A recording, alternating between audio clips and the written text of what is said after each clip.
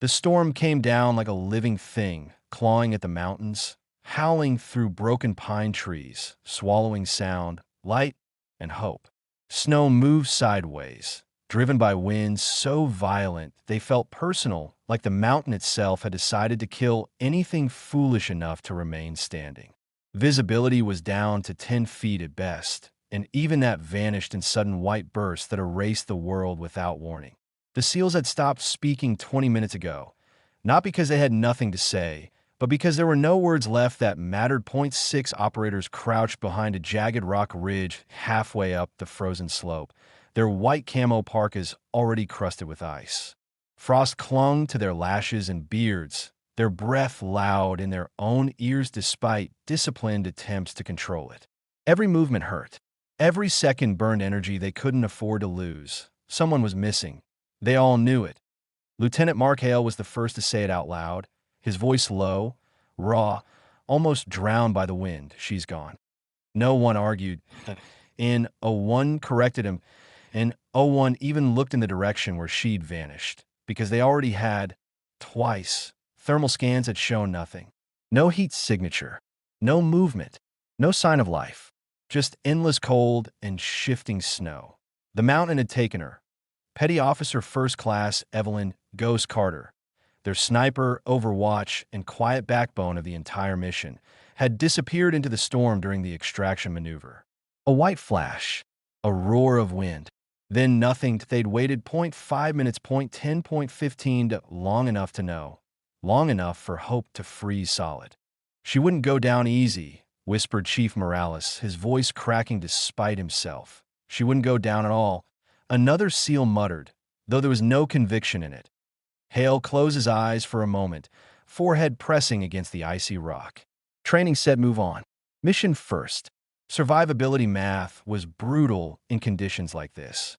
A single operator lost in sub-zero whiteout conditions had less than a 10% chance after 30 minutes. IT had been 42. She's dead, someone said again, quieter this time, like saying it softly might make it kinder.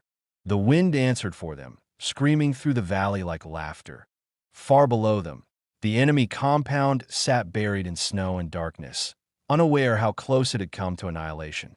The mission objective had been completed. Intel secured. Targets neutralized. All that remained was extraction. But extraction without Ghost felt like betrayal. She'd been the one on overwatch for 4 hours straight, barely moving, barely breathing, taking impossible shots through swirling snow to cover their advance. She'd been the one who warned them about the hidden patrol moving uphill. The one who'd whispered range and wind drift corrections like lullabies in Hale's ear. And now she was gone. Sir, Morales said carefully, we can't stay. Another 20 minutes and we lose toes. Maybe more. Hale nodded. He knew. Still, his eyes drifted to the white nothingness again. Somewhere out there, Evelyn Carter lay frozen, broken, or buried, or worse. Ghost, he murmured into the mic one last time. If you can hear this, pop smoke. Only static answered. They began preparing to move. And that was when the storm changed. Not louder, not stronger, sharper, like it had drawn a breath. The wind dropped suddenly, just for a heartbeat. And in that heartbeat, a shape moved where nothing should have. Morales froze. Hold, he hissed. Everyone went still. Through the swirling snow, 20 meters downslope, something dark shifted against the white. A silhouette, bent, staggering wrong. Too slow to be an enemy patrol. Too deliberate to be drifting snow. Hale raised his binoculars with shaking hands. The shape took another step. Then another. IT walked out of the storm. Her hood was gone. Her face was ice-burned and blood-streaked. One lens of her goggles shattered, the other fogged white. Her rifle was slung awkwardly across her back, frozen strap biting into torn fabric.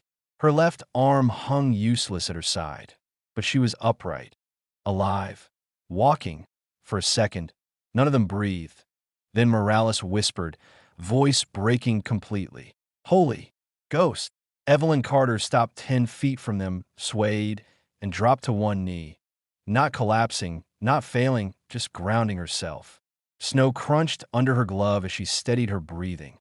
You guys, she rasped through cracked lips, left early. Hale was at her side instantly, gripping her shoulder like she might vanish again if he let go. "We thought you were dead." She looked up at him, one eye swollen nearly shut, the other sharp and amused despite everything. "So did the mountain," she said. They dragged her behind the rock, wrapping her in extra insulation, checking vitals with hands that shook worse than hers. Hypothermia was setting in, but she was lucid, painful, furious. "How? Hale demanded. You fell at least 30 feet. 40, she corrected. Snow shelf broke. Wrote it down. Your beacon went dark. Battery snapped. Landed on it. You disappeared." She swallowed, coughing once. "Storm tried to keep me." Morales let out a shaky laugh that turned into something dangerously close to a sob. "Ma'am," he said, "you scared the hell out of us." She leaned her head back against the rock, eyes closing for just a second. "Good," she murmured. "Means you care." The wind howled again, furious now, as if angry she'd escaped as they prepared to move. Hale keyed his mic, voice steady but heavy. "All units," he said. "Ghost is back." "Repeat, Ghost is back." Static burst with disbelief, then cheers cut short by discipline. They moved fast after that, but the mountain wasn't done. Halfway to the extraction point, the storm worsened again, visibility dropping to near zero.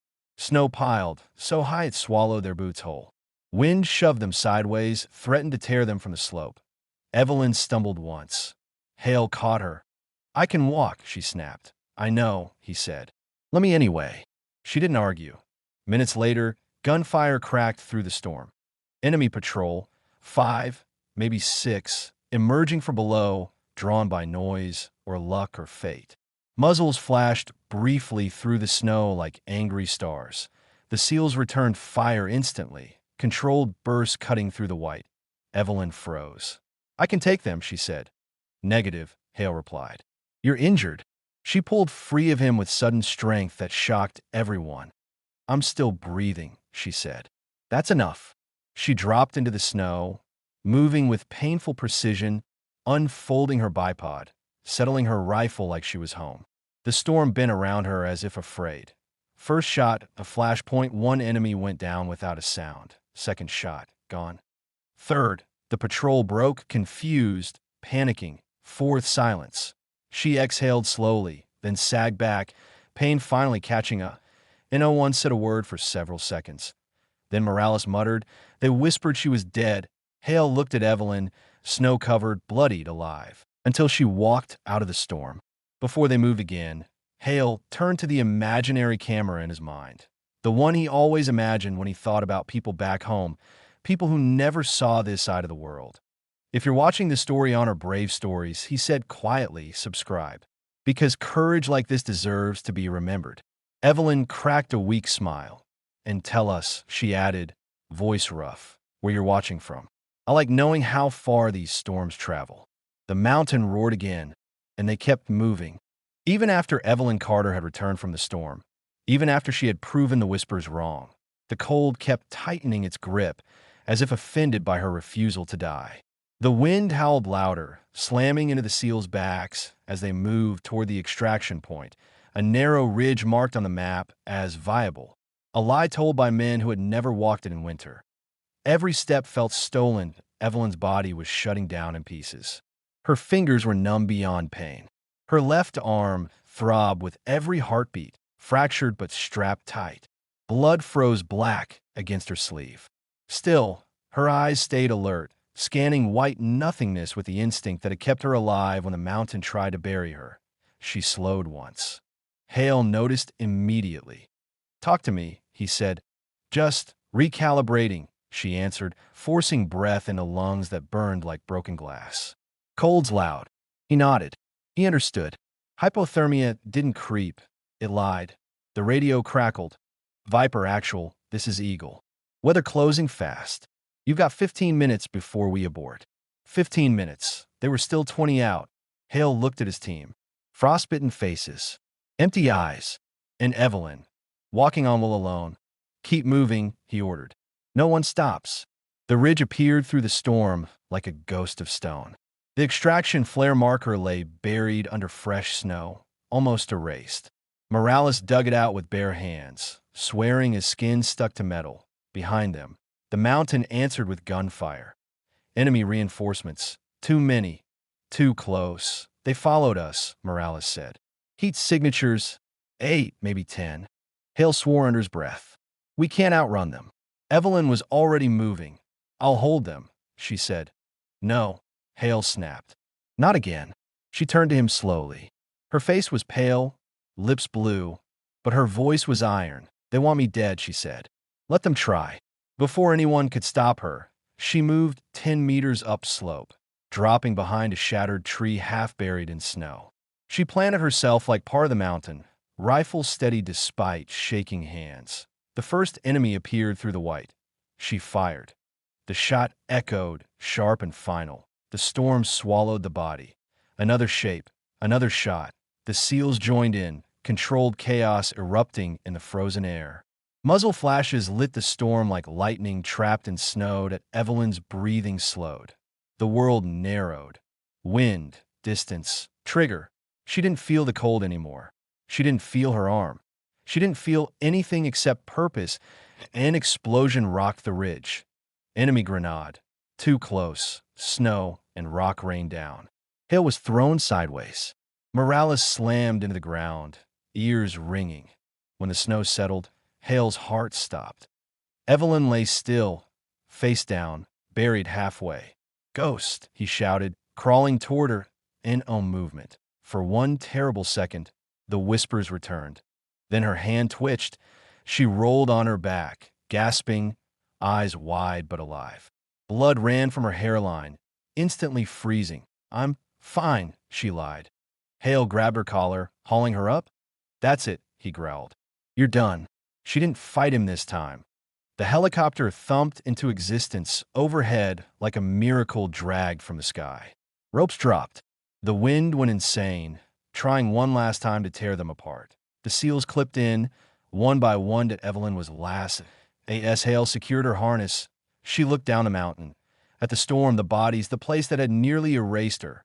It didn't win, she whispered to it. The helicopter lifted. The mountain vanished into white. Inside the bird, warmth felt unreal. Pain came roaring back, cruel and overwhelming. Evelyn finally let it take her, consciousness slipping as Hale held her upright. She made it, Morales said softly, like saying it too loud might undo it. Hale nodded. She always does. 3 days later, the storm still raged outside the forward medical facility. Windows were rimmed with ice. Radios crackled with delayed reports. Evelyn woke to quiet, real quiet. Not the silence of snow, but the absence of danger. Her arm was in a cast. Lines fed warmth and fluids into her body. Every muscle screamed, but she was alive. Hale sat beside her bed. You're a pain in the ass, he said. She smiled weakly. You missed me. They already wrote you up as Kia, he added. Paperwork nightmare. She closed her eyes. Told you the mountain thought I was dead too. News traveled fast, but by the end of the week, the story had spread through the teams. The female sniper who vanished into a blizzard. The one they whispered about. The one who walked back. She didn't give interviews, didn't correct rumors, didn't smile when people stared. She just trained harder, because storms didn't care about legends. Before discharge, Hale stopped by one last time. People are watching this story, he said. On her brave stories. She raised an eyebrow. That's so. Yeah, he said. They're subscribing, sharing it, saying it gave them strength. She considered that. Then tell them something, she said. Like what? She looked out the frosted window at the endless white beyond. Ask them where they're watching from, she said quietly. Because courage doesn't live in one place. It survives everywhere. Outside, the storm finally began to fade. Not because it was beaten, but because it had been endured. They had whispered she was dead, until the female SEAL sniper walked out of the storm.